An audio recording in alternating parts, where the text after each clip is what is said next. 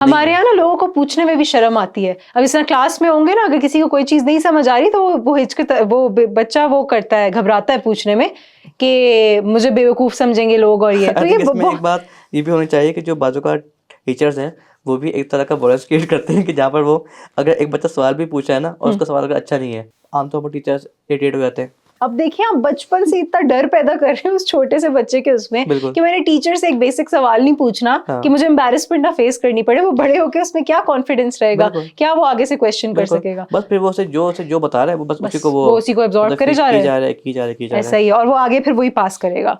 इसी तरह अगर हम फिर आज जाए ज़हनी तशद्दुद वाली जो हमारे पास इन्फ्लुएंस कहाँ से आता है, इसमें भी बचपन पहले घर से ही शुरू करते हैं ना, बहुत सी बातें सुनने को मिलती हैं। अब देखिए वायलेंस ना, जिस तरह मैंने कहा कि कल्चर है हमारे यहाँ, तो वायलेंस ना हमारे कल्चर का हिस्सा है एक तरह से।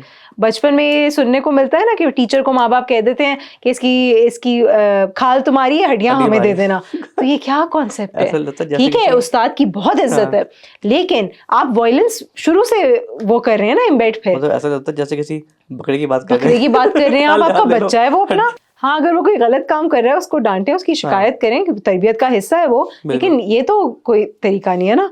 तो मतलब वही ना कि हम लोग खुद ही उसको एम्पावर करते हैं। हाँ, हम कहते हैं कि अगर जब तक इसे मारेंगे नहीं, अच्छा ये ठीक कैसे होगा फिर? बिल्कुल ऐसे फिर ये कहते हैं कि वही बेटियों को ज्यादा आजादी नहीं देनी, वो बिगड़ जाएंगी, बीवी को डरा के रखना जरूरी है वरना वो हाथ से निकल जाएंगी। हम मसले को खुद ही कॉज भी करते हैं और फिर हम सोचते हैं कि क्या ये मसला क्यों आ रहा है, खुद आप कर रहे हैं।